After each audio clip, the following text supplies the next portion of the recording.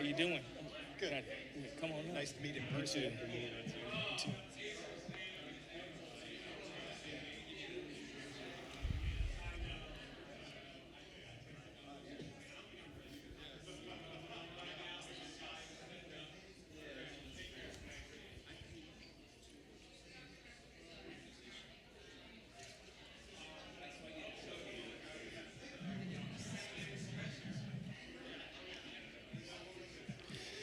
Good afternoon, everyone. We're going to go ahead and begin our very last segment. Thank you all for finding your seats so swiftly. This last panel is entitled The Campus Challenge: How Higher Education Can Better Serve Male Students. I'll be your moderator this afternoon. My name is Dr. Anthony Mack, and I am the Director of Chapter Services for Sigma Alpha Epsilon fraternity. Sigma Alpha Epsilon was founded in 1856 at the University of Alabama in Tuscaloosa, Alabama. And our mission is to advance the highest standards of friendship, scholarship, leadership, and service for all members. And we do this by finding impeccable men with great character and help them achieve their full potential, letting them rise up to face every challenge that's put before them today and tomorrow. And we do this by preparing them to become what we refer to them as true gentlemen. Today, Sigma Alpha Epsilon, we have 210 chapters across the United States. We have over 13,000 active undergraduates, and we have over 255,000 living alumni. I have the distinct honor in introducing the panelists this afternoon. First, we have Dr. Larry Stempert. He serves as Hampden-Sydney College's 25th president since 2016, advancing his mission to form good men and good citizens through new academic programs, experiential learning, and expanded diversity initiatives. His leadership has produced record funding for 5 consecutive years, funding major projects, including the Pauley Science Center. He serves on the board of the National Association of Independent Colleges and Universities and has held leadership roles within several Virginia higher education organizations. Previously, he was the vice president for academic affairs at DePaul University and taught at Colorado College for 17 years. He has co-authored 2 management textbooks and holds degrees from Illinois Wesleyan University, Columbia University, and University of Illinois. We also have Dr. Steve McGuire. He is the Paul and Karen Levy Fellow in Campus Freedom at the American Council of Trustees and Alumni, where he leads initiatives focused on free speech and academic freedom in higher education. Before joining ACTA, he directed the Matthew J. Ryan Center for the Study of Free Institutions and the Public Good and served as an associate teaching professor at Villanova University. Next, we have Dr. Dawn Weiss. She's the Chief Operating Officer of FRMT, which provides insurance for men's fraternal organizations. She also serves as an adjunct faculty in Virginia Military Institute's Department of Economics and Business, teaching organizational behavior. Dr. Weiss previously served as a university vice president and founder and chief operating officer of a consulting firm primarily focusing on higher education. Dr. Weiss earned her bachelor's and master's degree from Virginia Tech, her PhD from the University of North Carolina at Greensboro, and completed postdoctoral coursework in industrial and organizational psychology at Harvard University. And last but certainly not least, we have Edward McGee. He serves as the Chief Operating Officer of the Thomas F. Frist Jr. College of Medicine at Belmont University, a combat veteran with degrees from Duke University, George Mason University, and the U.S. Naval Academy. He brings extensive leadership experience from organizations including Harley-Davidson, ABB, and Fender Musical Instruments Corporation. He was named the 2024 Director of the Year, Emerging Board Leader by the Corporate Directors Forum, and he serves on the board of directors for WD-40 and multiple nonprofit organizations.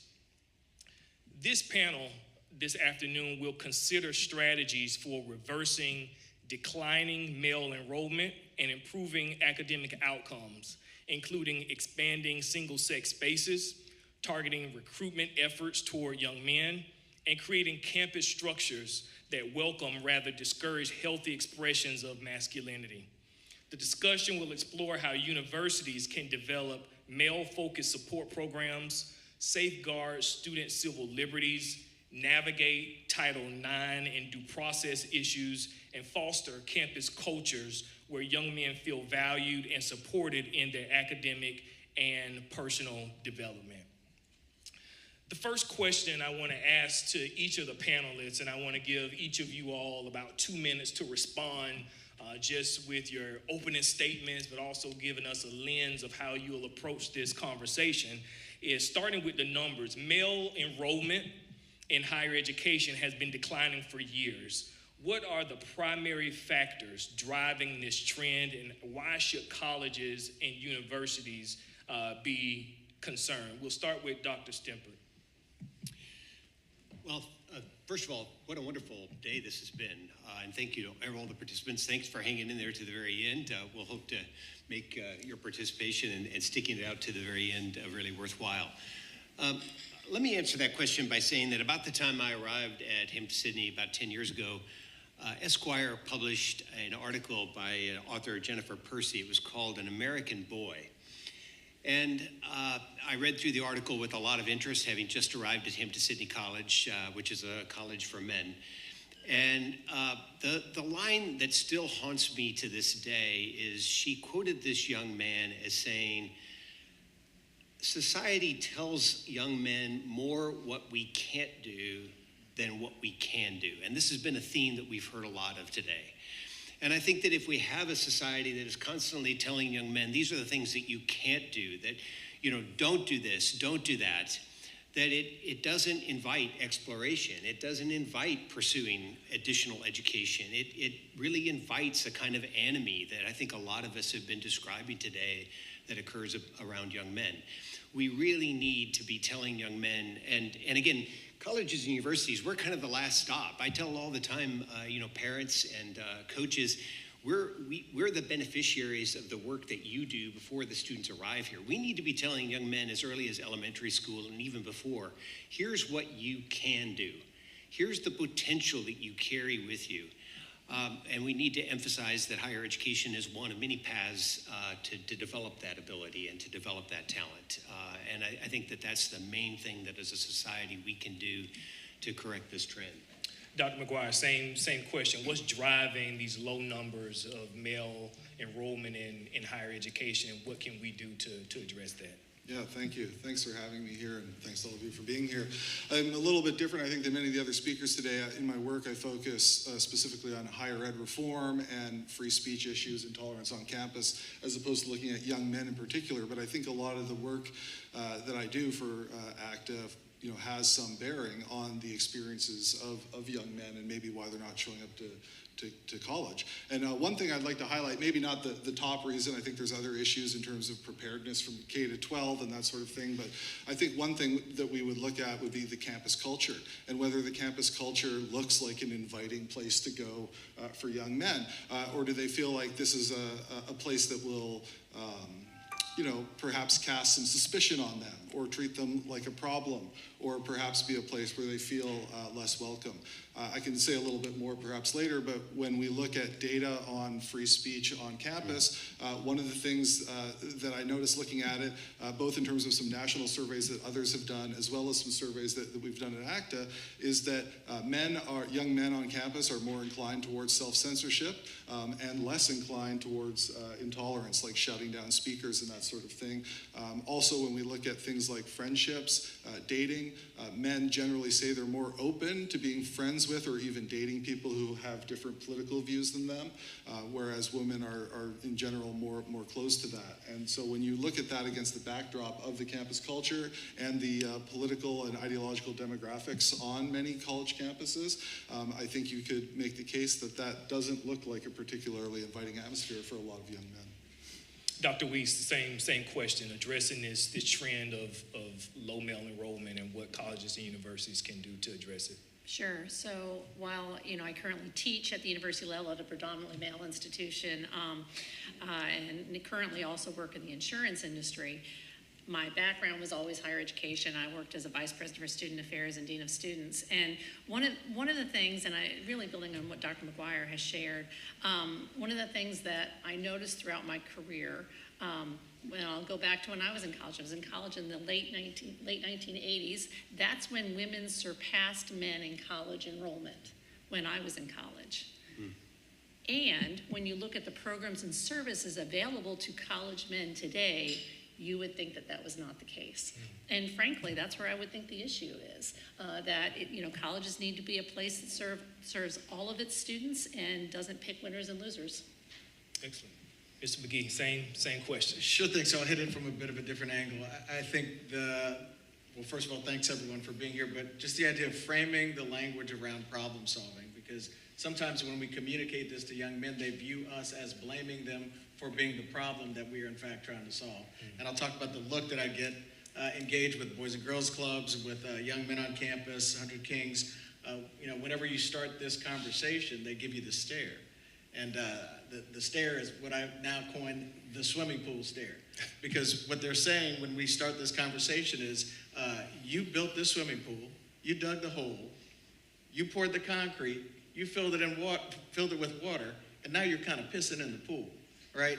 You created this environment that we're swimming in, and you walk up to us with notebooks and checklists and say, how do we solve this problem together? You built this structure, and the feedback that we get for young men when we start this conversation is quit looking at us, quit engaging us as the problem. So I think the idea of as we engage in solving it, we've got to reframe our thinking and spend a little time in the mirror and engage them with a level of humility around, hey, look, we recognize we are the builders of this swimming pool, but at the end of the day, what we want is a level of engagement and you helping us to solve the problem in a way that we can both be successful. We're interested in you, and that active male engagement is really what makes a difference. We need to make them part of the problem, or part of the solution, not just the problem. Excellent.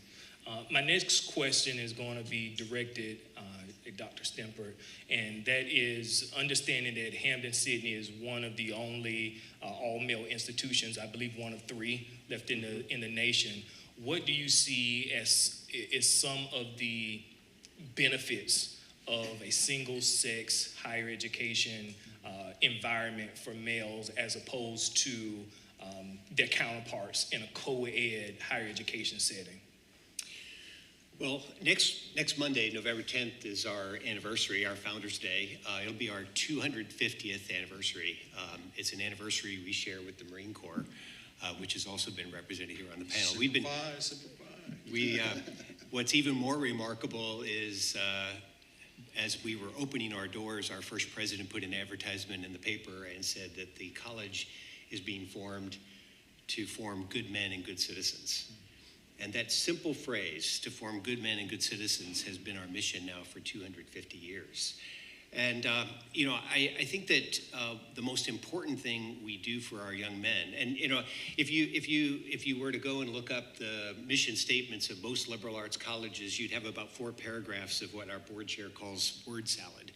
It's totally meaningless stuff. But if you stop any student, if you stop any employee, if you stop any faculty member at the Hampden-Sydney campus and ask them what's the mission of the college, they'll tell you our mission is to form good men and good citizens. And I think the most important thing we do for young men is we give them a big purpose. They're there to become good men and good citizens. And, I think that above all is really important. There's some important curricular things that we do at Hampden-Sydney that are distinctive, certainly, in the world today. All of our freshmen take rhetoric. And it doesn't matter how good of a high school you came from. It doesn't matter how good a writer you are when you arrive. When you finish rhetoric, you will be a better communicator than you were when you arrived at the college. We start very basic. We start with grammar. It's a grammar review. The next thing that the students do is they learn how to write topic sentences. And then they learn how to write paragraphs that support that topic sentence. And in that process, they also learn what's the difference between a well-supported topic sentence and a sentence that's not well supported, or a topic sentence that doesn't have any logic to support it. This makes them excellent communicators. And of course, small class sizes that follow, which are discussion-based, largely emphasize the importance of those rhetorical skills that the students get in that freshman year. We also think it's very important for our students to take 2 semesters of Western culture. All of our students take rhetoric, and all of our students take Western culture. We think it's very important, if our mission is to form good men and good citizens, we think it's very important for them to know what ancient philosophers thought good meant, what the Enlightenment thinkers at the time of our college was formed thought good men and good citizens were, and of course, what do we think today good men and good citizens are? So we think those kind of common intellectual experiences are really, really important to our students.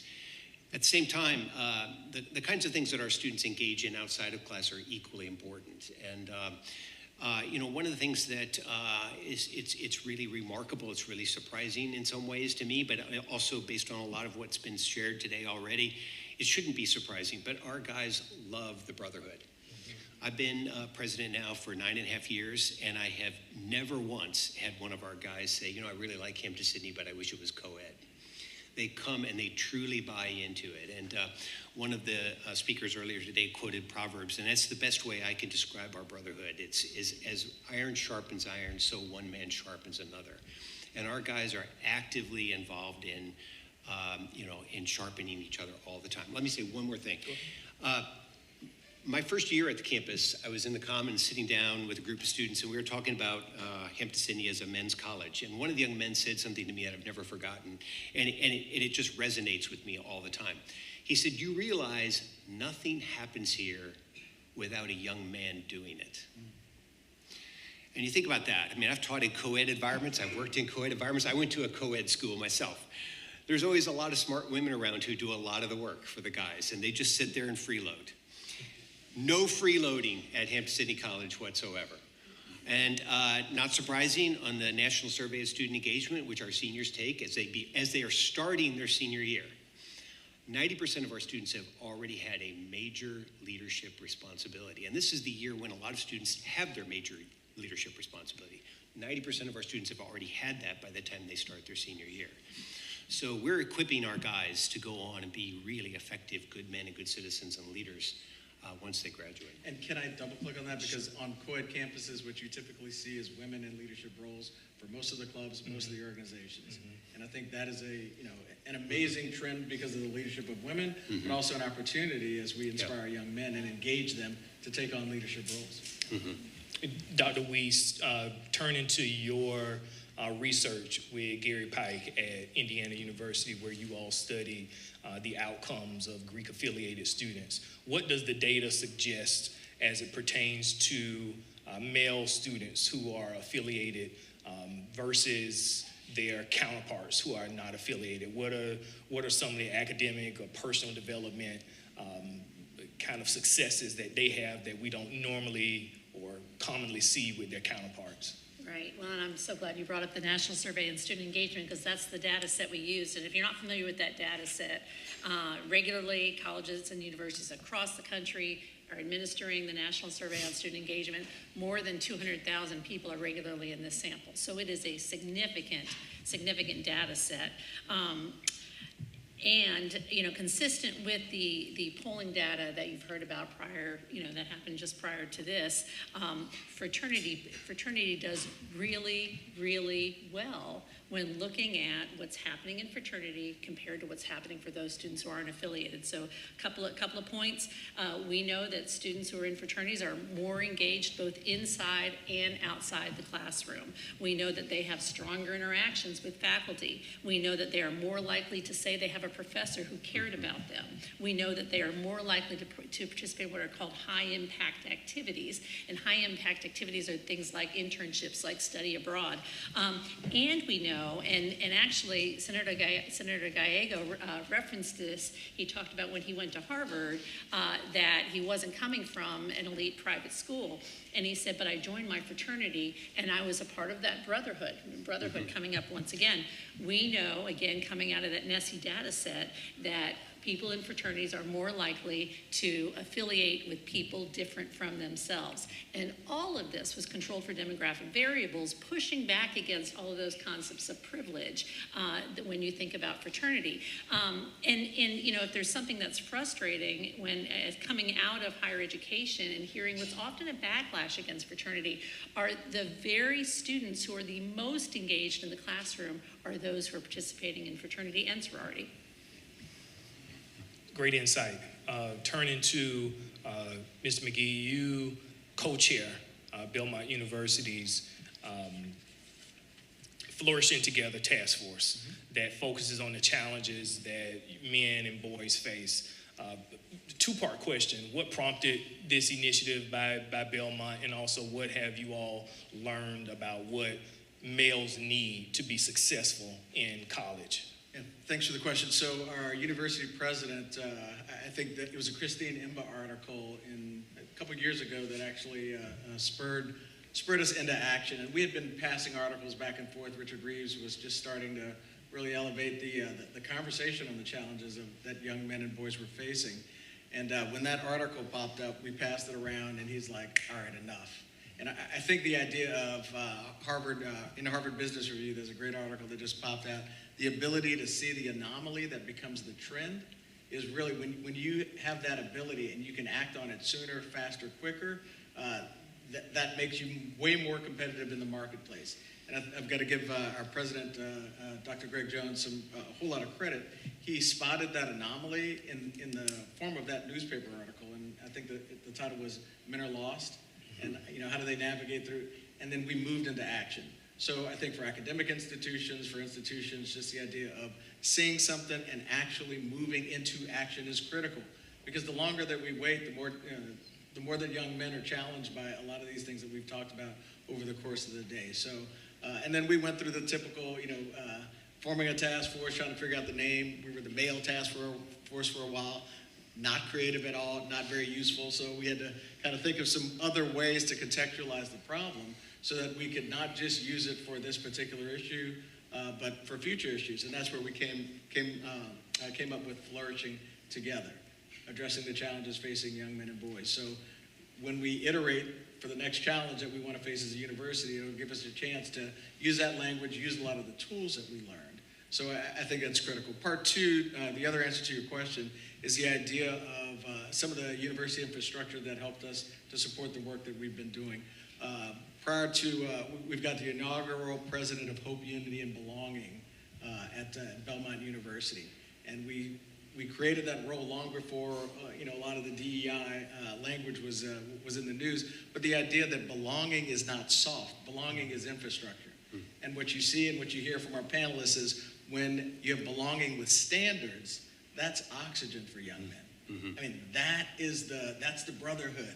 That's the connection that they're all longing for. And, you heard from the earlier panel, young men are going back to their faith because there's belonging, but there's also a level of accountability and standards around that belonging, and that's what they're craving for. And that's certainly part of the conversation as we devise curriculums and programs at the university, but I think it's a very critical part of the conversation too. Dr. McGuire, free speech and due process obviously are some issues that affect all students, but what we're seeing now is some cases where it's more contentious with young men. What are you seeing on campuses, and how does this issue impact male students in their sense of belonging? Yeah, thanks. So in my earlier remarks, I mentioned some survey data. So for example, at ACTA, we recently, working with the College Pulse, surveyed about 3,000 students, college students in Virginia, and asked them a variety of questions about free speech on campus. And just some of the differences that we notice between men and women. For example, men are slightly more likely to agree that the political climate on campus prevents them from saying what they believe. They're slightly more likely to self-censor and say that they're uncomfortable expressing their views on controversial topics. They're much less likely, on the other hand, to say that a professor who makes an offensive remark should be reported, less likely relative to female students. They're slightly less likely to say that it's okay to shout down a campus speaker to stop them from speaking, although they are a little bit more likely to say that using violence is okay to stop somebody from speaking, which is interesting, perhaps not totally surprising. Overall, as I mentioned, men are more likely to say that they're okay having close friends who have different political views than them, or even dating someone. And other national surveys have shown similar kinds of statistics over the years, including when asked about conflicts between, say, free speech and inclusion. Men are much more likely than women to say that colleges should allow for free speech, even if some people find what is said hurtful or offensive. So at ACTA, we think that universities and colleges should reform, where needed, their free speech policies in order to promote the free expression that we think is consistent with their missions, and to improve viewpoint diversity on campus. And we think that would benefit everybody on campus, that it would better serve the missions of these institutions. But when you break down the data by sex or gender, you see that it would be potentially especially beneficial for young men who seem to be looking for a campus culture where they're free to express themselves and share their ideas. And I'll finish just by sharing one remark. Often when we see people clamp down on free speech, it has to do with, say, politics or religion or ideology, right? For example, trying to start a student chapter or something like that, right? Usually when these chapters are not allowed to start, it's because the others in the student government or whoever's in charge of allowing this student group to start objects to it ideologically. One story where men were directly affected, a few years ago at the University of British Columbia in Canada, a young man reported that he tried to start a men's group and was rejected. And the reason they rejected him was that they said there's already a men's group on campus. When he went and looked it up, he found out that it was a feminist men's group focusing on healthier masculinities that looked at manliness through an intersectional lens. And so, he fought and fought to try and get his men's group founded on the campus, and I don't think he was ever successful. I also think it's critical because oftentimes with social media, there aren't a set of tools that young people have around civil discourse. Mm-hmm. And, shout out to our friends up the street at Vanderbilt. They've got a project called Dialogue Vanderbilt, where it is not just saying we want this to happen or we want you to have more freedom, but we're going to give you a set of tools so that you can, in safe space to actually practice. So 100% agree, but we can't just say this is what we want and not give a level of structure and tools so that young people today can actually engage in some of these conversations successfully. Yeah. Absolutely, yeah. And I think, Vanderbilt is a great leader in the higher ed reform space in terms of institutions that are, taking problems seriously and looking for solutions. Their chancellor, Daniel Diermeier, is a great advocate for a lot of the reforms that we'd like to see at ACTA. And I mentioned, too, we have a program in conjunction with Braver Angels and Bridge USA, a campus debates and discourse program, and my colleague Doug Spry and his team travels around the country constantly putting together debate programs on campuses, working with faculty and students, and it's fantastic. One of the things that we see very prevalent now is not only is male enrollment an issue, is decreasing, but their graduation rate. So not only are we seeing males enroll at a lower rate, but we're also seeing them graduate at a lower rate. So this is a question I want to give each of the panelists an opportunity to respond to, and that is, what is happening between admission and graduation that's causing, or not graduating, that's causing higher education institutions to lose male students? So we'll start on the end with Mr. McGee. Sure thing. So I'll jump right back with belonging with standards, the idea of we've got to create that sense of belonging, but especially with young men, it's not just belonging by itself. The idea of iron sharpening iron, belonging with standards is oxygen. Part two, we've got to work pathways to purpose with them. So the idea of purpose, again, by itself, the term incredibly meaningful, but what we find with a lot of our young men is they are clamoring for conversations on what is that path to the job. They need help understanding the path. And when you give them that level of understanding, we see better outcomes. The third is institutional trust and fairness. And I think when there's a sense of the university or the institution is being fair about, when I make a mistake, I'm not being punished. I've got room to make those mistakes, and they see that being equitably administered, the idea of fairness, and that creates an environment where they want to stay. Because oftentimes when they have that bad experience, what we find is they start to go inward, and eventually that leads to a bad outcome. And then the last one is scalable male support networks. And it is so critical. That's why I'm enjoying here. I wasn't in a fraternity. I went to the Naval Academy. I'm a Marine, so that's my fraternity. But just the idea of the strength of a scalable support network when you're in those moments, absolutely critical. And the institutions that do a great job of it, you see great outcomes. And Dr. Wee, same question. What's happening from your lens between admission and graduation that's causing us to lose male students? Yeah, I shared a little bit of that earlier about my concern that often colleges and universities are picking winners and losers, and it's important not to pick winners and losers. They support all students who are there. And one of the things that I appreciate your comments about belonging and that sense of belonging, because it is that sense of belonging and engagement, which I already also talked about, being engaged both inside and outside the classroom, both key predictors of retention and key predictors for graduation.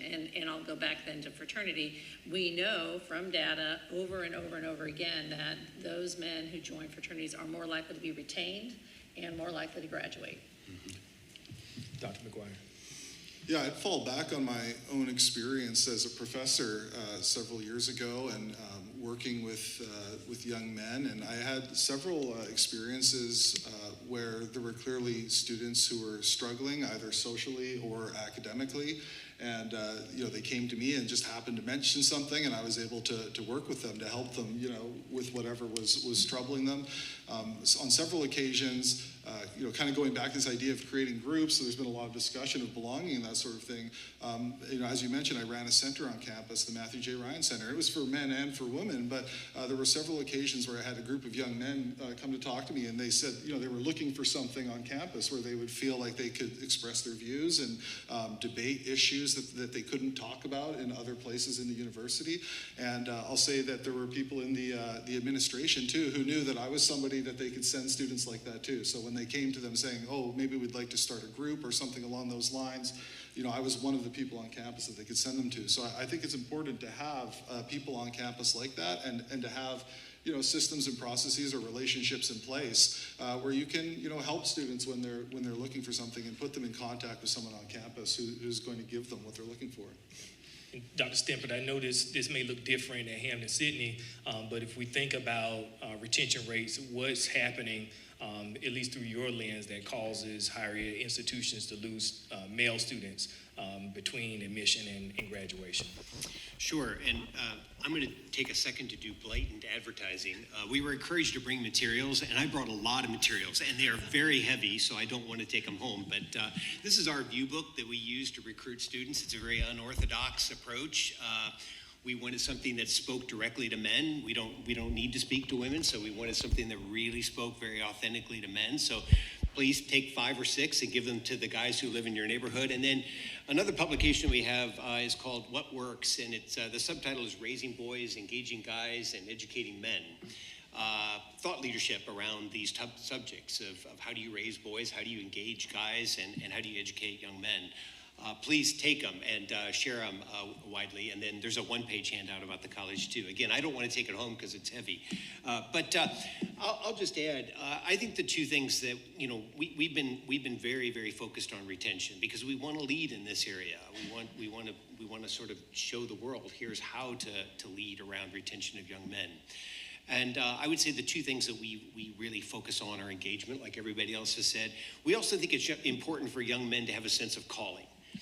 That doesn't mean that they have to have it all figured out. That doesn't mean that they have to know what it is they're going to do the day they graduate.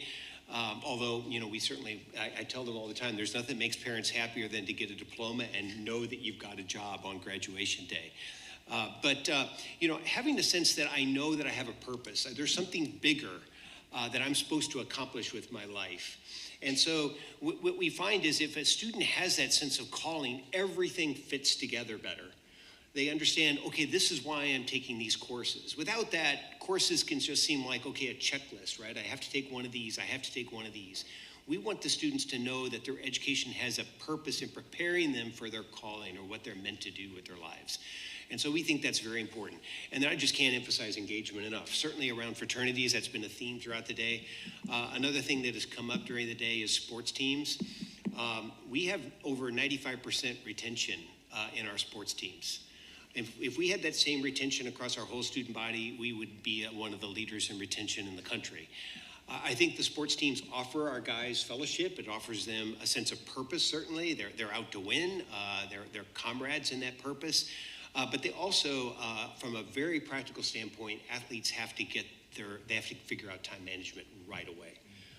They don't have time to not be organized. They don't have time to slack off. So they've got to figure that out right away. I think the last point, and just echo other comments that have already been made, high expectations are the key. You really want to put high expectations. I mean, again, going back to what I said earlier, so much of society is telling young men what they can't do. Young men need to be told, you can accomplish amazing things. I remember advice I got when I started out as a professor, give them work until they scream. Give them that much work to do. And, I think now that I'm in a single-sex, context, I agree with that. Give them work. At the same time, make sure that they know their support, right?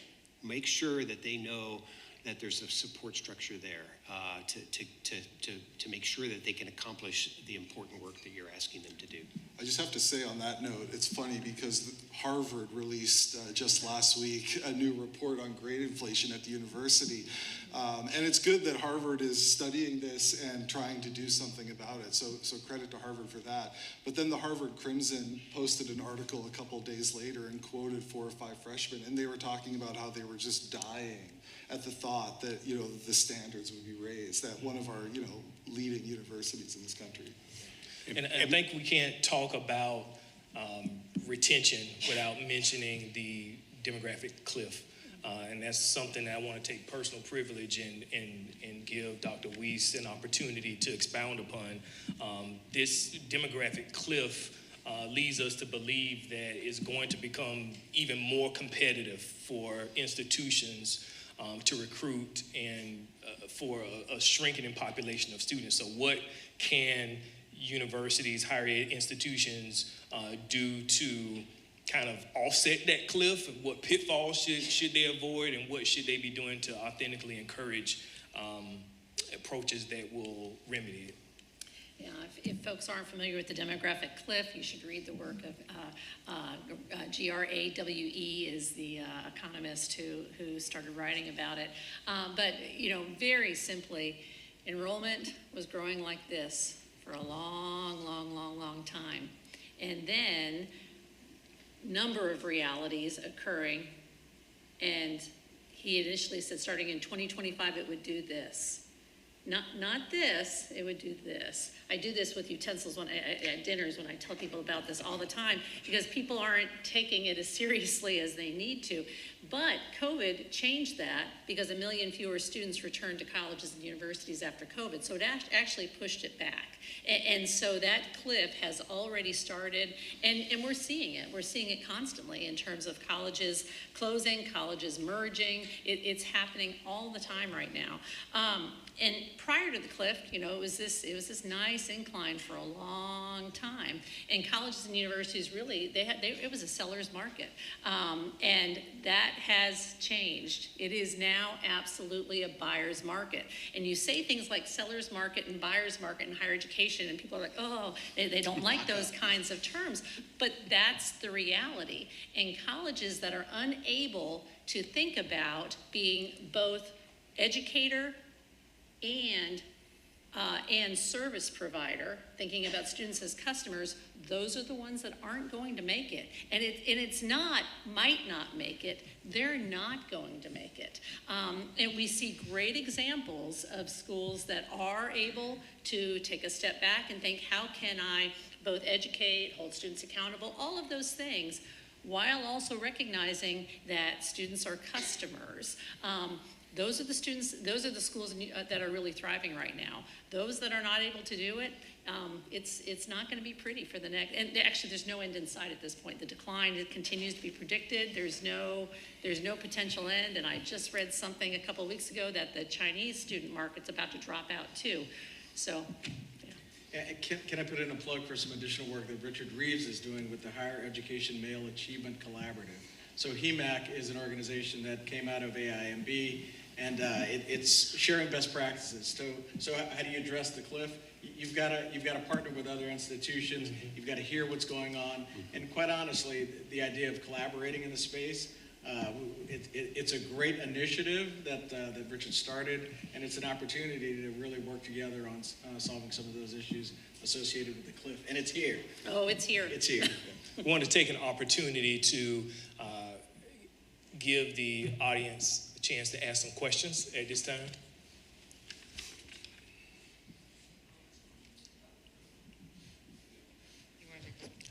Yeah, I'll try and be concise. You hear the message earlier about technical, vocational, like go get an electrical degree, right? Or the late Charlie Kirk would always say, don't go to college, it's a waste of your time and money. And constantly you're having to make the value proposition to explain the cost to parents and the education of students. What's the ripple effect or the downstream domino of if young people decide to opt out of college, if they're not joining fraternities, if they're not getting this formational period of leadership and whatnot? What do you think is going to happen 20 years in the future? I'll jump on with, those years are rite of passage years. And in a lot of cases, most cultures have periods where you go through the rite of passage to become a man, to become a woman, to become a provider for your family. All those things are occurring at that age. So you're going to learn some lessons in the aspirational space of college, or what a lot of young men are doing is they're just going to work.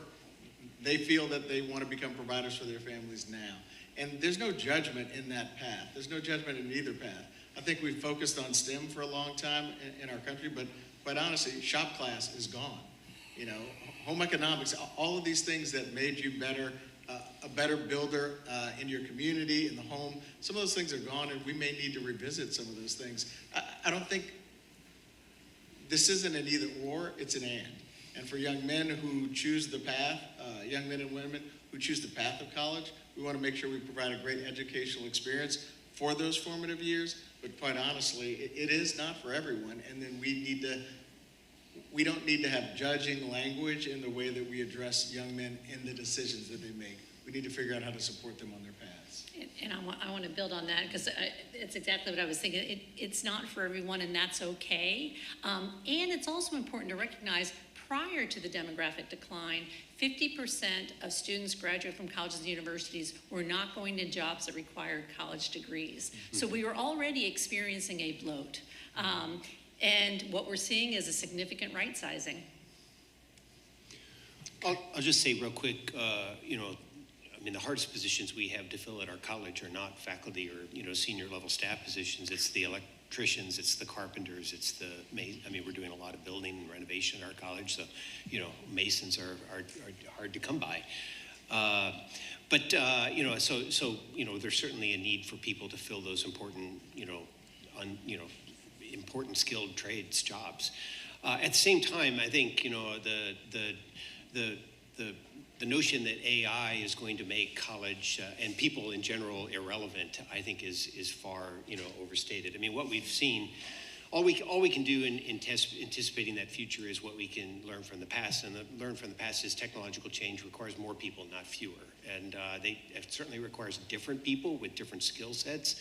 I think the college educated person is going to become even more important in the future, not less important.